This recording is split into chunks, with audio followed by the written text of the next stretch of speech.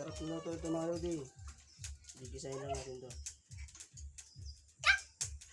Lagyan pa natin ng suso.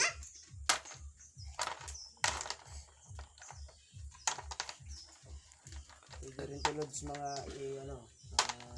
ginisa, salad.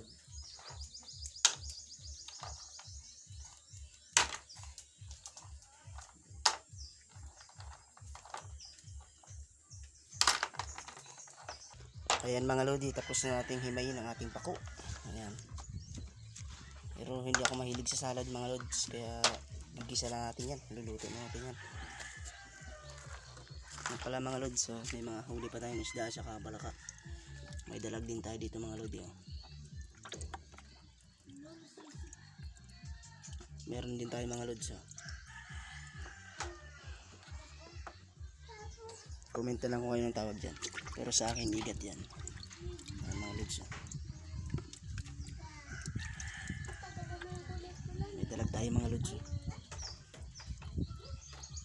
Ayos na rin yan. Ang ulam natin mamaya hapon mga lodi. Ito, ilalahok natin yan. Suso. Ayan, igigisa natin mga lodi.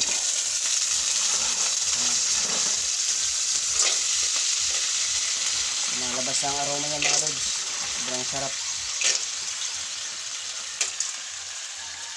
After igisa natin yung mga lods, susunod natin yung pako. Ayan mga lods, kumukulo na sa pagkakagisa. Siyempre haluin na natin yan.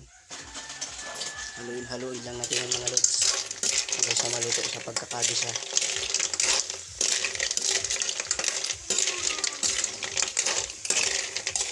Kabang na ang aking bunso, naamoy kasi niya, masarap talaga mga lods.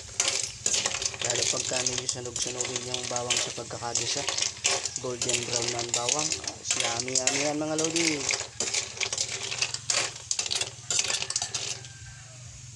Dito yan matatagpuan sa amin sa Tagkawayan mga lodi.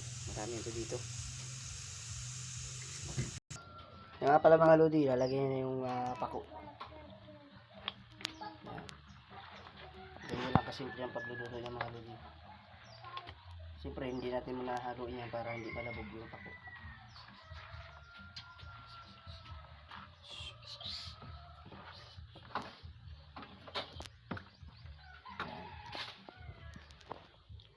Nandun yung ating isda. Ayan, kumukulot na.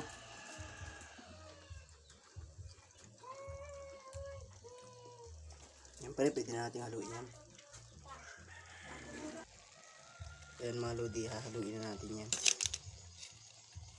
Kasi hindi siya pwedeng malabog.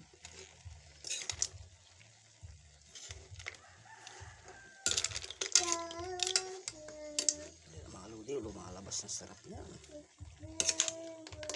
Amoy pa lang mga lodi. Pagkakasiram sana. Ika nga ni sa Bicol mga lodi, siram sana.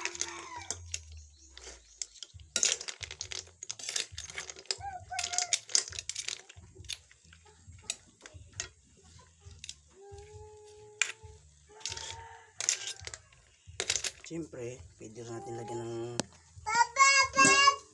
sabaw yan mga lodi.